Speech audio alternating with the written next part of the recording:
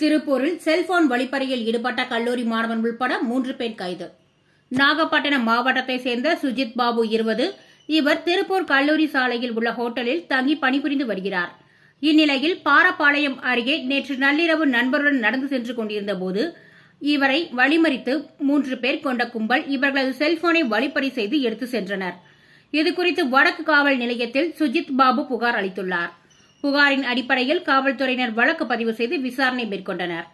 தொடர்ந்து வழிப்பறியில் ஈடுபட்ட குற்றவாளிகளை காவல்துறையினர் கண்காணிப்பு பதிவு காட்சிகளை வைத்து விசாரணை மேற்கொண்டு வந்த நிலையில் செல்போன் பறிப்பில் ஈடுபட்ட கடலூரை சேர்ந்த அரவிந்த் 21, பாண்டிச்சேரி பகுதியைச் சேர்ந்த சுனில்குமார் 19, தேனியைச் சேர்ந்த தாமரை செல்வன் 20 மூவரும் திருப்பூரில் வெவ்வேறு பகுதிகளில் தங்கியுள்ளனர்.